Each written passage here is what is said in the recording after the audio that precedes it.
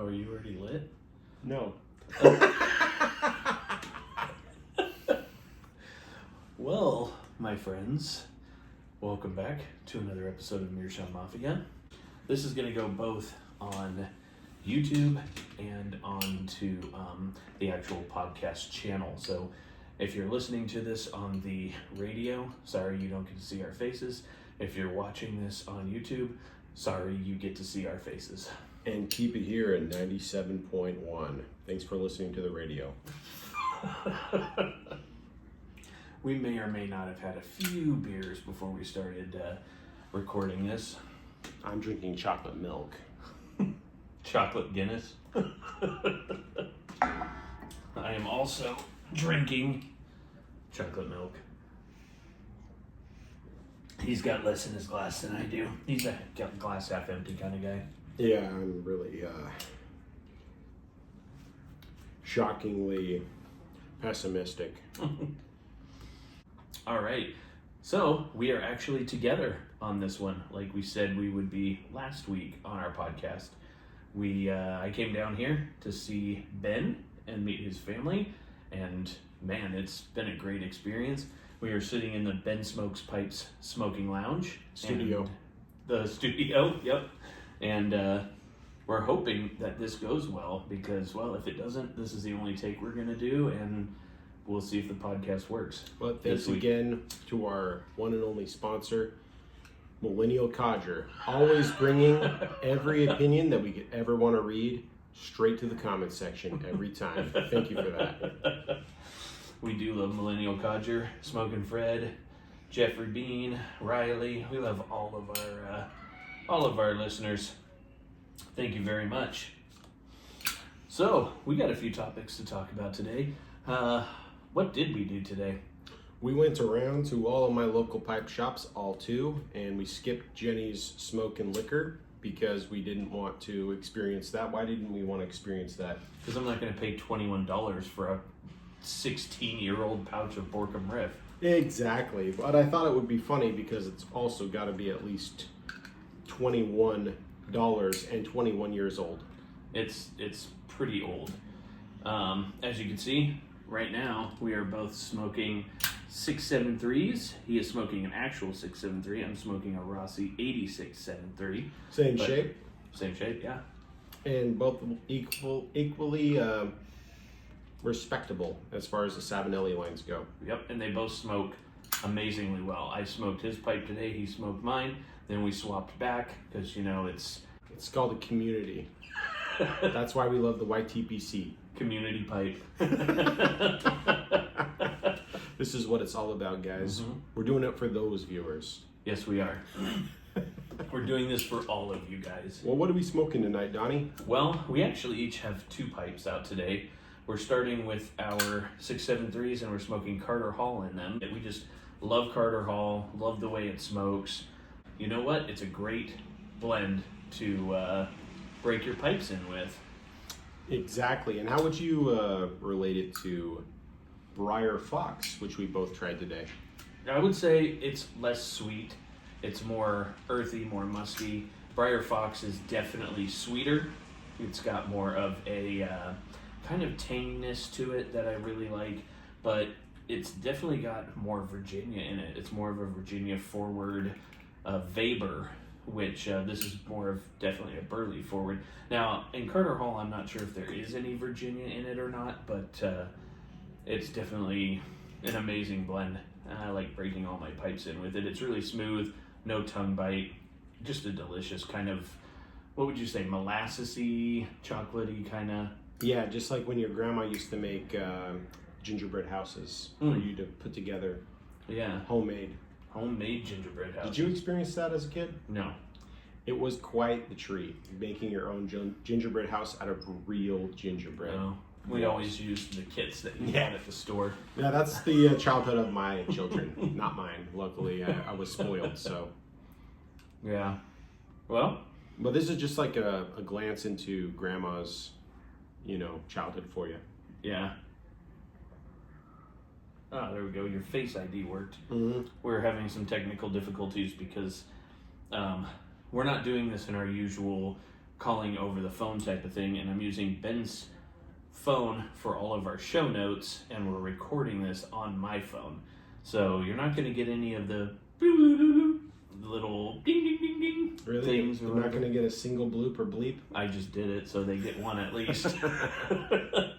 But so I think we were going to start off today by talking about smoking the same blend all day in the same pipe, right? Yeah, absolutely. I do this very often with my job. I load a pipe in the morning. I smoke about 15 to 30 minutes of it. And then my morning starts. I have to get busy and do stuff. That's how my daily life is.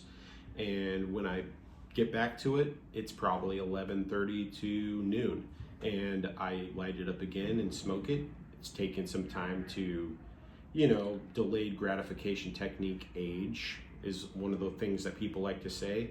And it's excellent. The second light of the day after that DGT, yeah, is absolutely fantastic. And I just experience that every time I light my pipe because I'm taking the same bowl and making it last all day. Yeah, I actually had only done it a couple times, and then I started finding that I was smoking about half a bowl, and then I would waste the other half and dawdle. So I said, you know what, I'm just gonna kind of scrape out all the gray ash, the fine white ash in the top, dump that out and leave the remaining dawdle in there, and then come back to it.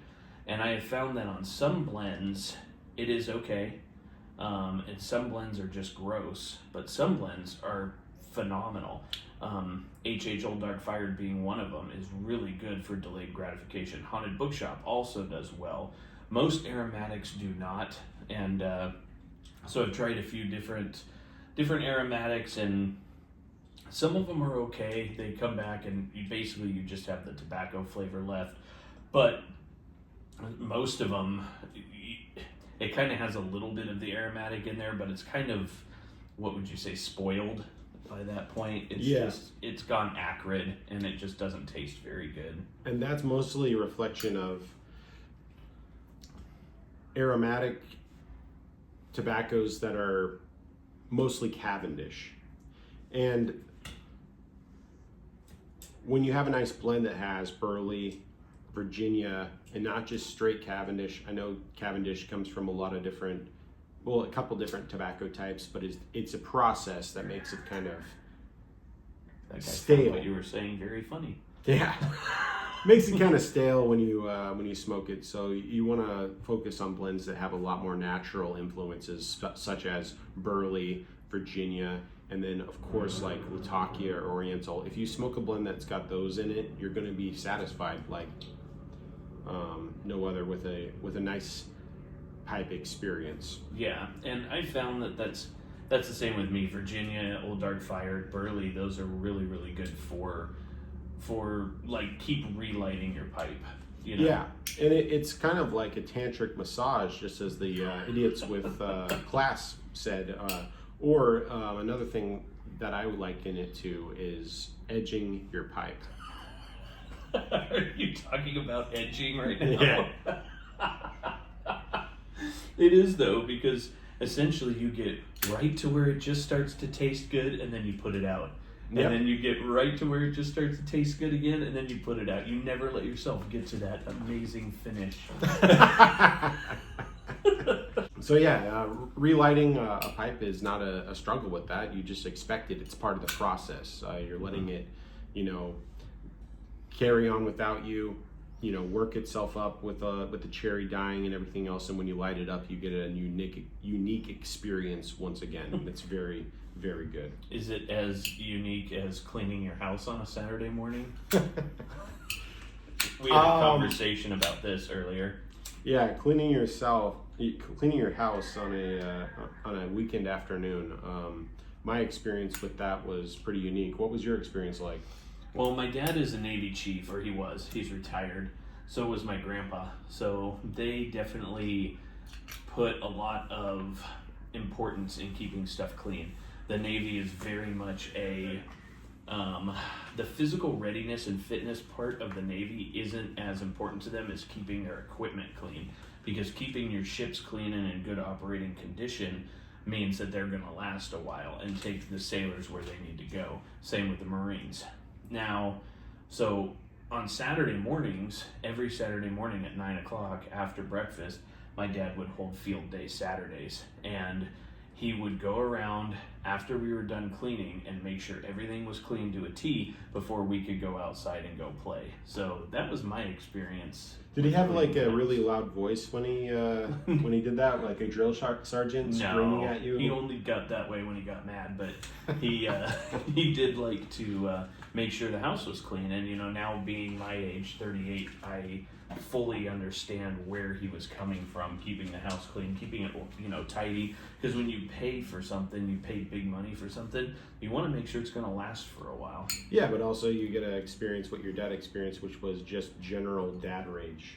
Oh, I saw this thing one time that said when you wondered why your dad was angry all the time, and now look at you, Mr. Angry Jr. And yes, I fully understand why he was frustrated all the time, because nobody ever listens to dad. Well, the problem is our generation of dads, this is what you get to experience when recording with you. Yeah.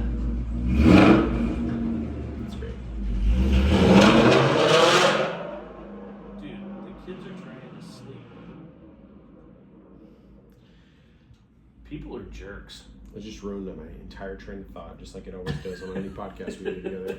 No, you got to talk about your cleaning experience now. Ooh. So your dad wasn't like loud when you were cleaning, like, it's time to clean up, let's go right now. No, he wasn't. He was just more, well, if we didn't do what he wanted to, then yeah, he did. But if we were actively cleaning, he was actively cleaning too, Let me describe the situation to you. Okay. I'd be chilling on a Saturday morning, playing some Super Smash Bros. On the GameCube, on a very big CRT TV, which was given to my family. I don't know where it came from, but it ended up in my basement, our basement, and I used to live down there.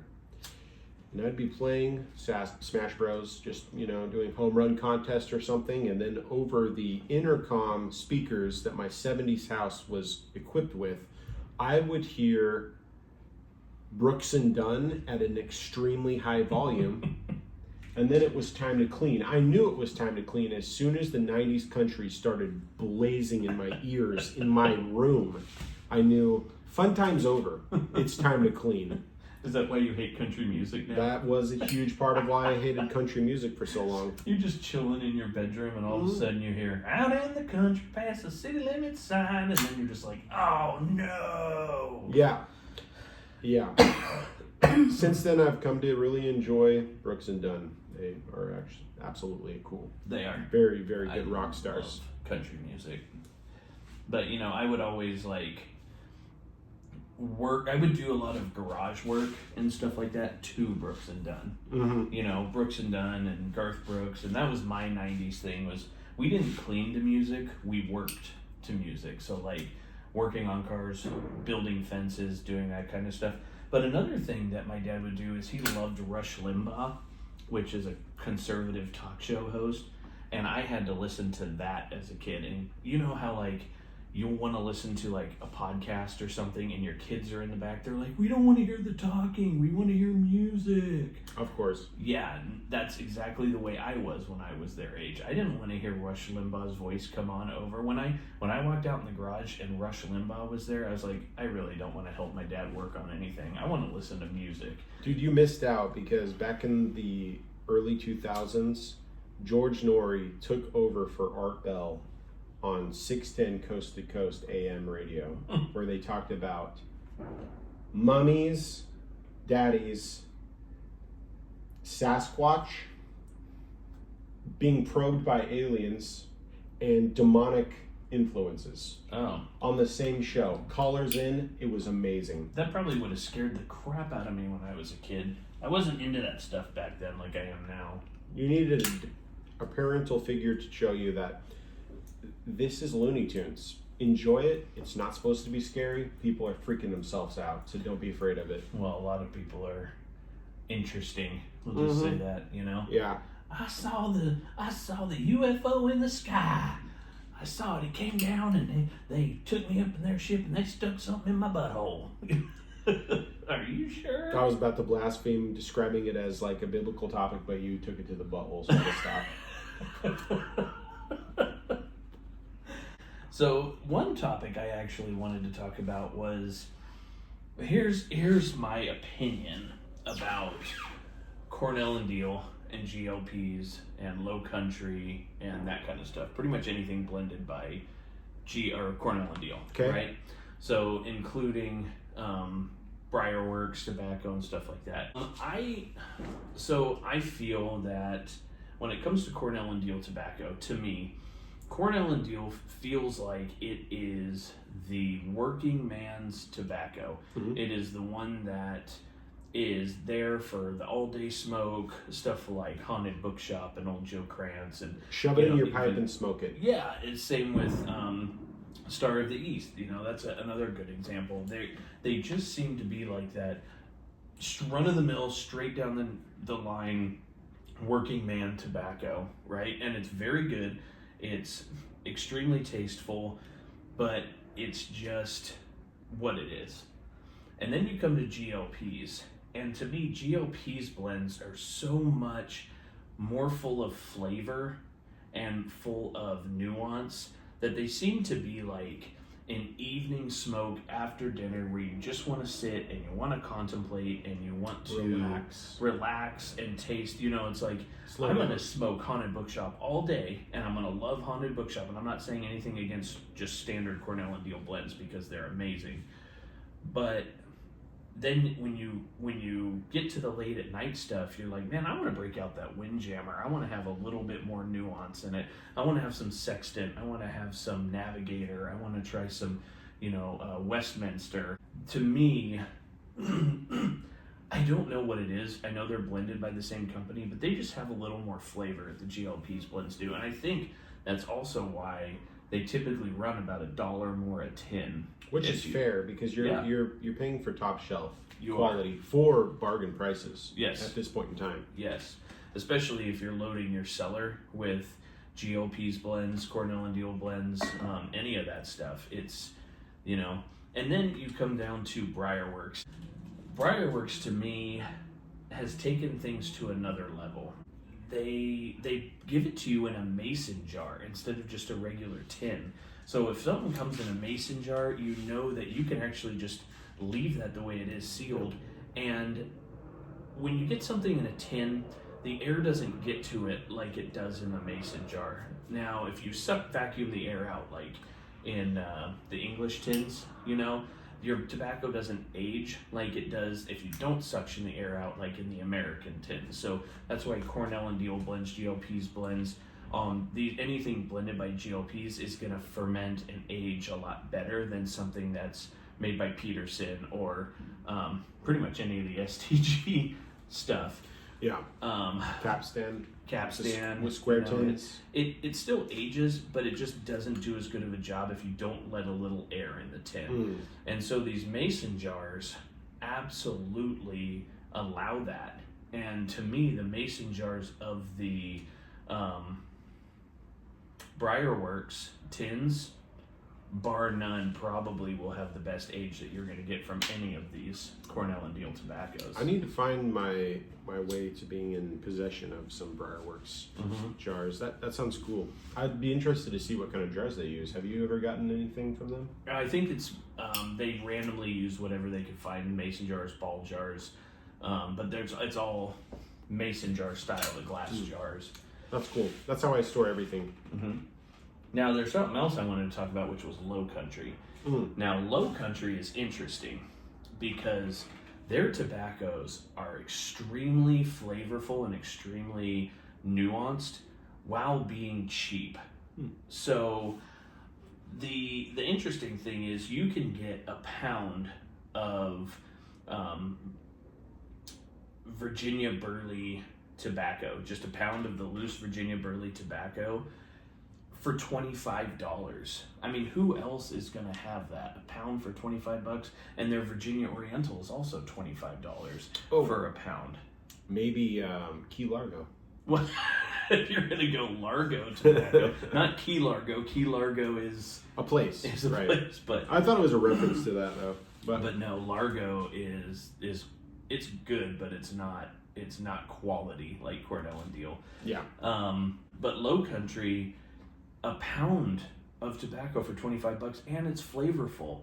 Both of those blends are very flavorful, so you could stock up on that and jar it, and it's going to age just like any other Cornell and Deal blend, GOP's blend, because it's blended by Cornell and Deal, so you know they're using quality tobaccos. Mm-hmm. Yeah. They've definitely cornered the market where I'm at, and I'm not sad about it. They have great blends, even the aromatics, even though I've disagreed with some of the aromatic choices they've made. But their straight non-aromatic blends are fantastic, and anything they blend is always top notch. It's always quality. Yeah, even if I don't care for it, it's still top notch. Speaking of which, Marine, what was it called? Montfort Point Marine. Yeah, so I decided to give you Montfort Point Marine because I don't care for it. Not to say that it's bad at all. It's excellent flavors. It's just not what I'm looking for. That is my chair, everybody.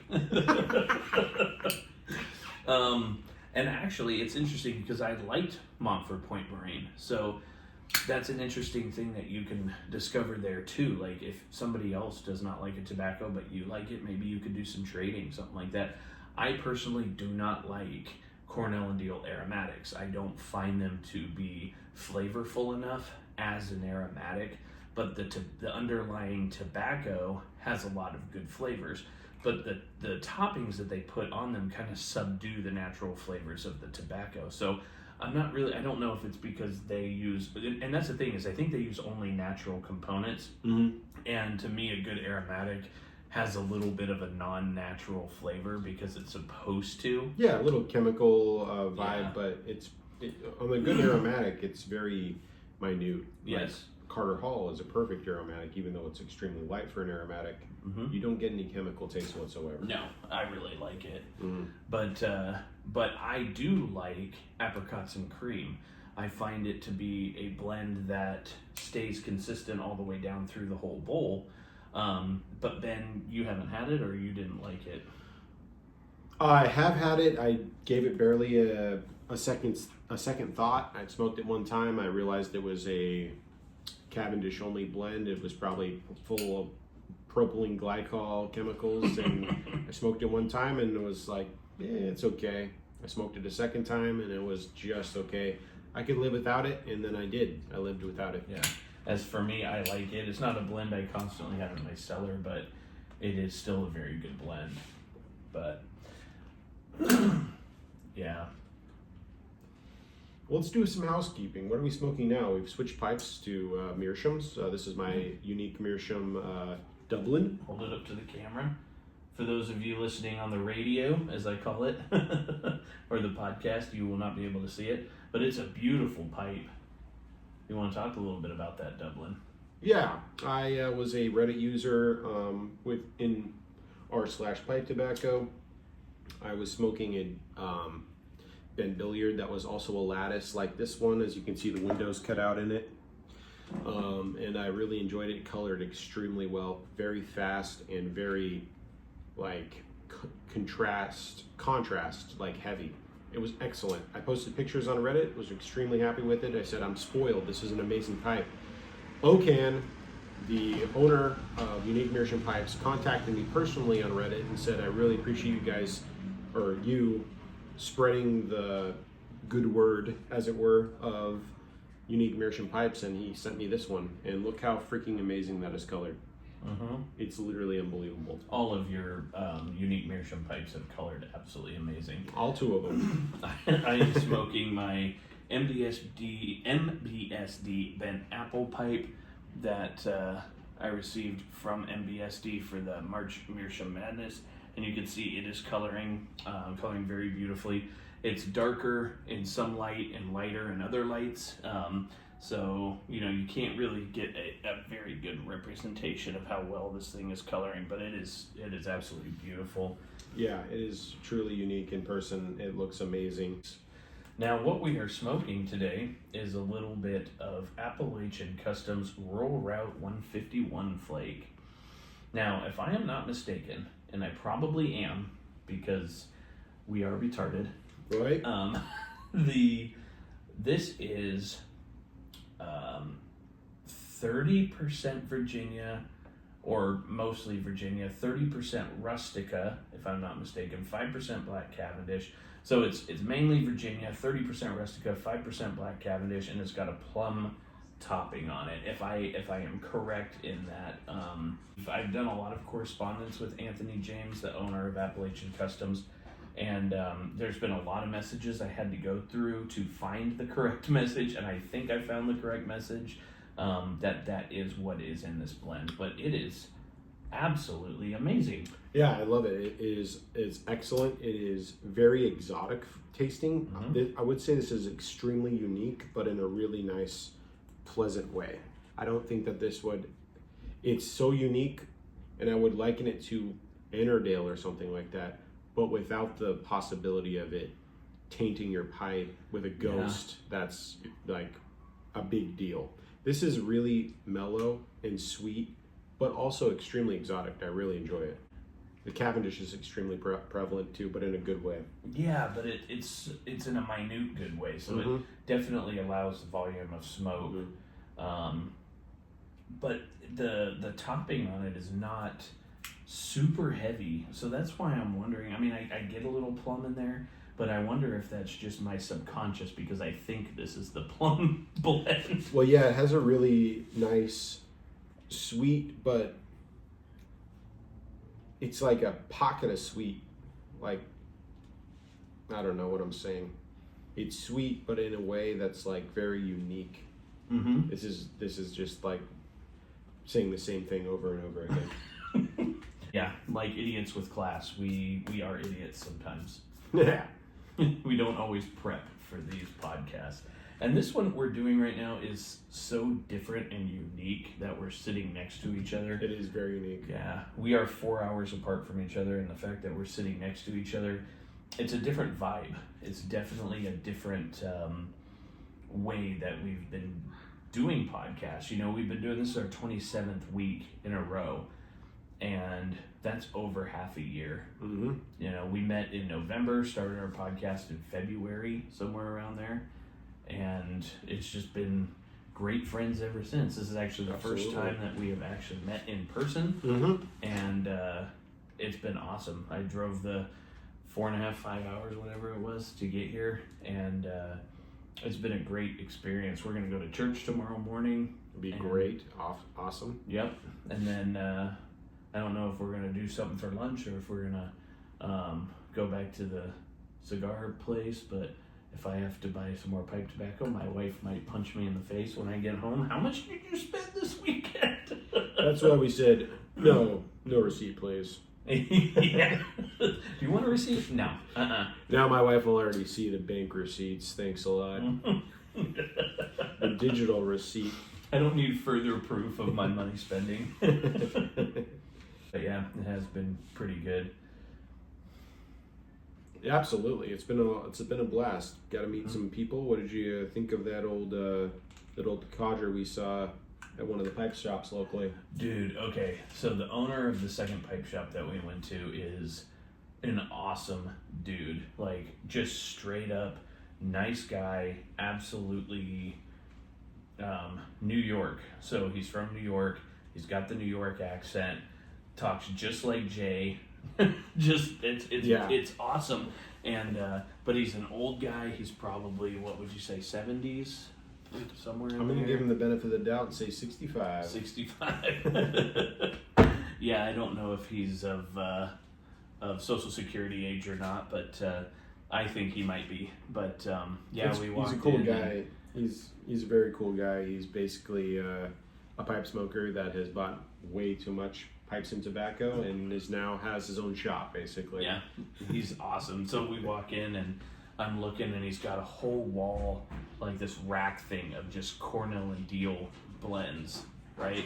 And he's even got like San Sepulcro, and he's got like a bunch of small batch stuff. He's got some Carolina Red Flake with Perique in it from last year or 2 years ago, 2023 or 4. So, like, I'm sitting there looking at it, and I'm like, it's $33 a tin here, so it's a little more expensive than you're gonna pay anywhere else. But for tobacco that's already been aged 2 years and small batch, it's kind of worth it in some cases if you really like those blends. Totally. And I had to pick and choose because at $33 a tin, I was like, okay, I can get maybe 3 tins and then a couple ounces of Briar Fox because I wanted to try Briar Fox. You know, it was a great experience. The coolest part was I grabbed my tins, I put them on the counter. I grabbed the Briar Fox, I put it on the counter, and he rings everything up, and then he throws a cigar in a bag for me and throws it in the bag. And he says, I have a deal. If you spend $100 here, you get a free $10 cigar. And he's like, that's already in the bag for you. I already took care of it. Here you go. And it was awesome. I was really happy with the service and the attitude of the owner, and he's very laid back. When we got there, he was playing cards with his buddies outside. They were smoking cigars and pipes together. Yep. And then we walk in, and he's like, I'll give you a 10-minute head start. Just go in there and take a look. And so we go in, and we're looking around, and then he comes in, and he's like, hey, anything I can help you find? And, you know, Ben said that he's been there before, and he's like, oh, I don't mean to interrupt your game. He's like, oh, no, I was not interrupting at all. And yeah, he's smoking a big old pipe, and I saw him there, and I was like, I'm sorry I showed up right now. It looks like you're enjoying your pipe. And he's like, oh, it's fine. He's just keeping his shop in business. Yeah. This is his life. It's his life work. You can tell he loves what he does. Yeah. Well, and I would too. Ben and I same. even talked about, we were like, man, we should just retire and open our own pipe shop. I probably wouldn't do it in Washington State because of all the taxes, but it would be really cool to have a brick and mortar pipe shop. That'd be fantastic. Yeah, I think so too. Mm-hmm. Then you just open up anything you want and smoke it. What are you talking about? That's true. You could. When you have enough bulk like he does, how many jars of bulk do you think he had? Oh gosh, there's probably 60, 70 jars of bulk. Mm-hmm. And then there's 10 to 15 jars of just blending components so that you can go and just blend your own stuff. And imagine every morning you just take a pinch of any tobacco you want and put it in your pipe. It's like a Slurpee, like 7-Eleven. You're like, oh, there's a Latakia. Oh, there's the Burley. Oh, there's the Dark Fire. Hold on, I want to get to the cherry. The cherry's already in there. The cherry's there when you light your pipe. Yeah, you gotta keep puffing until it gets to the cherry on the bottom, just like a 7-Eleven Slurpee. Ugh. Cherry blends. Do you want to talk about your favorite cherry blends there, Ben? I'm gonna have to say my favorite cherry blend is probably none. Colt. In fact, I think I sent you some Colt Blood Red Moon when we first met. Mm-hmm. Because I don't like cherry blends, and I got that one because I thought I'll like this because everybody likes this. Wasn't bad.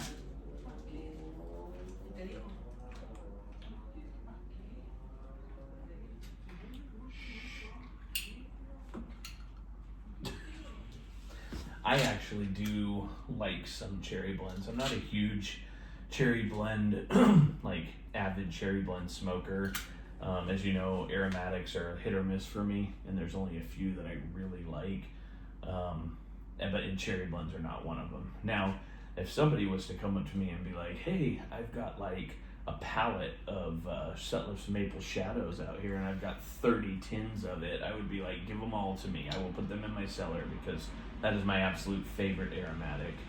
But for the most part, if it's not vanilla chocolate or Sutliff Maple Shadows, I'm not gonna like it. Okay. Yeah, I mean, if anybody's got like a huge amount of haunted bookshop and they're like, oh, geez, I don't know what to do with all this, but I'm definitely not going to smoke it. I don't smoke it. I don't know what it is about that blend, but it is just so good. It's the kind of blend I want Millennial Codger to try over and over and over again. And then if he doesn't like it, he can just send it to me over and over and over again. And I want him to keep trying Black Irish X over and over and over again. Yeah. And if he doesn't like it, he can send it to me. Just keep buying ounces upon ounces, and if every time you don't like it, send it to us. Yeah. Try it until you like it. and we'll take the rest. What you'll end up doing is becoming a fan of Black Irish X and Haunted Bookshop from smoking it. Yes, you will. You just got to keep giving it a try until you like it. As Richard Vogue says, there are sometimes I crack a tin and I don't like it, but by the end of the tin, I love it.